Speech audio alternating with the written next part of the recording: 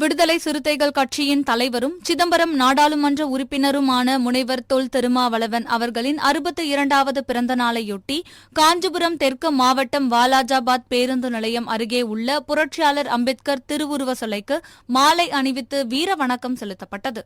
வாலாஜாபாத் பேரூர் செயலாளரும் பேரூராட்சி மன்ற உறுப்பினருமான வழக்கறிஞர் அசோக்குமார் தலைமையில் நடைபெற்ற இந்த நிகழ்ச்சியில் காஞ்சிபுரம் தெற்கு மாவட்ட செயலாளர் தீவ எழிலரசு சிறப்பு அழைப்பாளர் கலந்து கொண்டு புரட்சியாளர் அம்பேத்கர் திருவுருவ சிலைக்கு மாலை அணிவித்து வீர வணக்கம் செலுத்தினார்.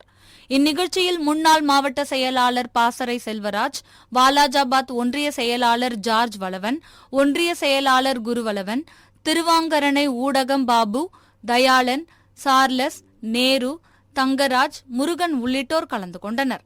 தமிழர் வாழ்கவே, தமிழர் வாழ்கவே, வளர்க வளர்க வளர்கவே.